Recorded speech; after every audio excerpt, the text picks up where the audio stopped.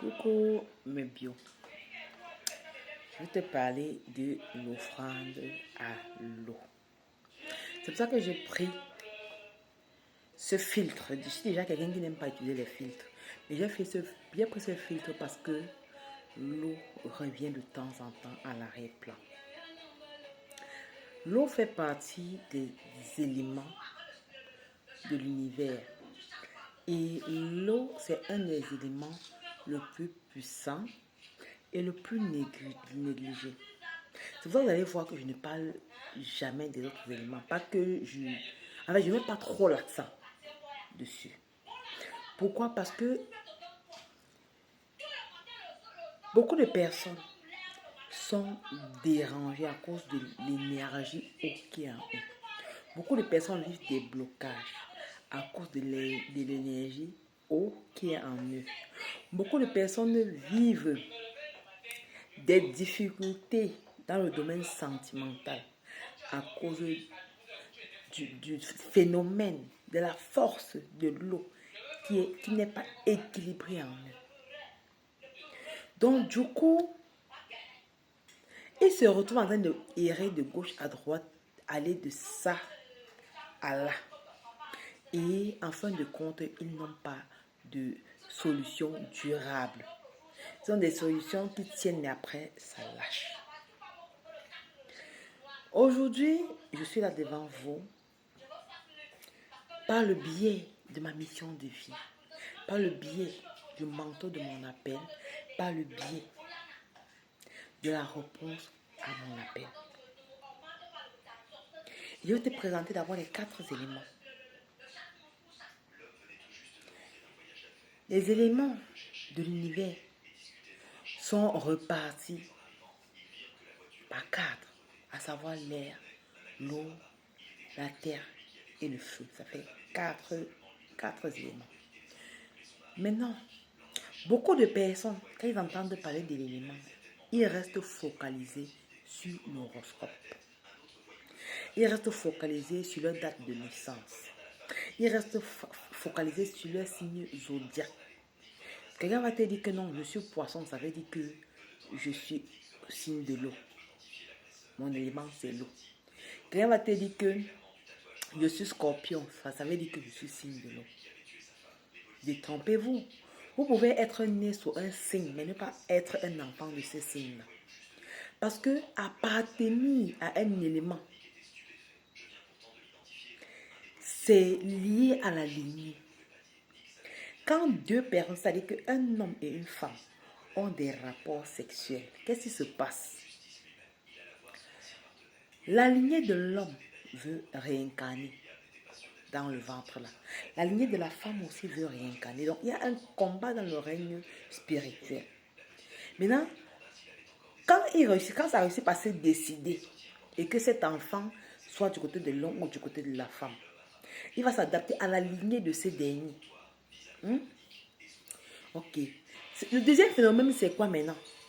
Ce que vous appelez l'élément qui est lié à l'horoscope. C'est quoi? C'est le fait que vous allez voir quelqu'un né à un mois qui correspond à une horoscope, dans un signe zodiaque qui correspond à un élément. Pourquoi la personne est née sous ces signes et à cette journée?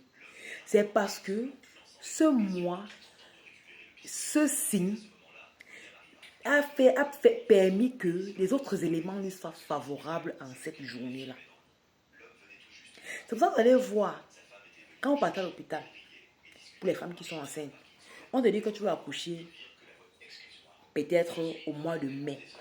Tu te retrouves en train d'accoucher au mois de mars ou bien au mois de février. Pourquoi?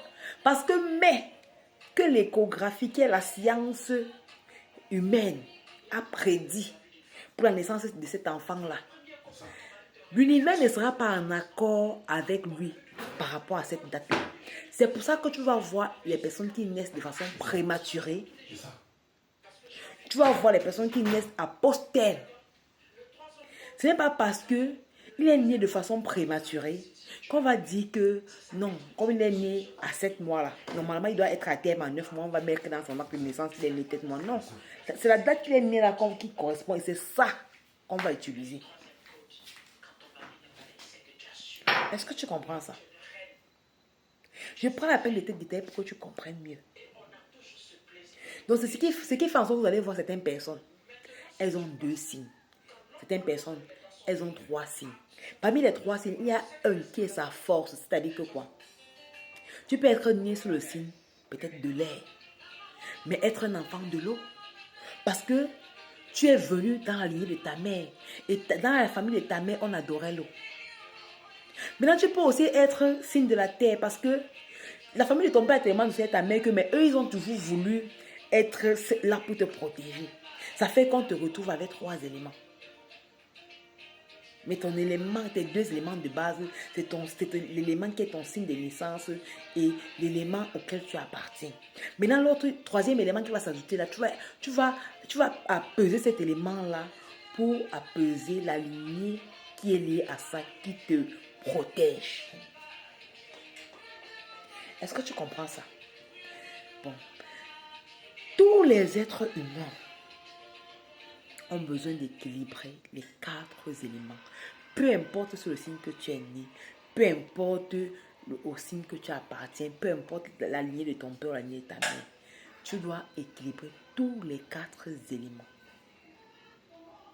Et tu dois pas dire que non, j'ai fait le mois passé, le mois si je ne fais pas. Ça doit être pour toi comme si tu respires. Ça veut dire que tu dois le faire constamment, avec la constance, donc ça veut dire que sous long terme, donc tant que tu vis, tu dois faire équilibrer ces 4 éléments en toi. L'équilibrage d'énergie se fait au travers de quoi?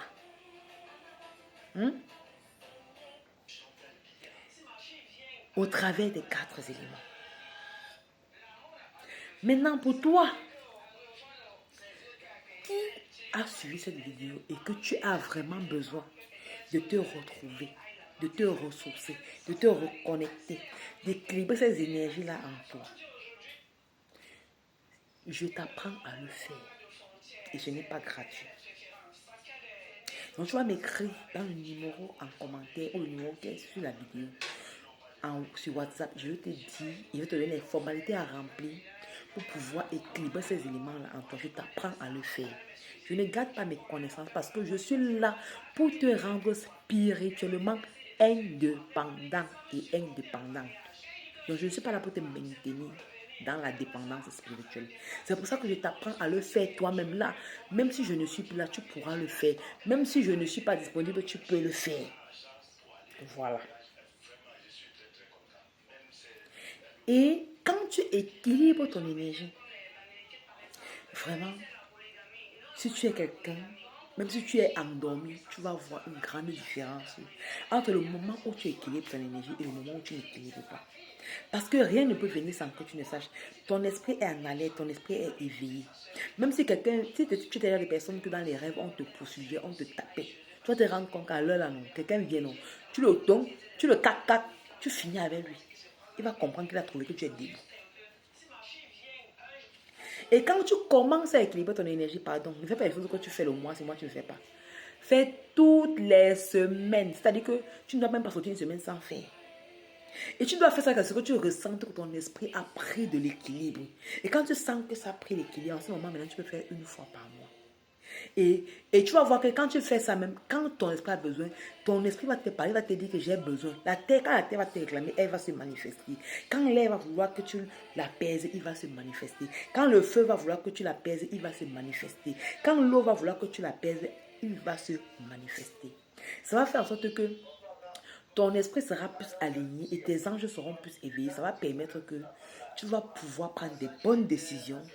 Tu vas pouvoir entreprendre et suivre ce que tu fais jusqu'à obtenir le résultat parce que tu seras équilibré spirituellement. N'oublie pas que le monde est d'abord spirituel avant d'être physique et que tout ce qui t'arrive vient d'abord dans le spirituel avant de se manifester physiquement. Une fois de plus, je suis la reine Bio, la calme-moi de Mbango, la fille beau 100%. Je ne suis pas là pour les brebis, je suis là pour les lions et les lions endormis. Bisous. Mouah.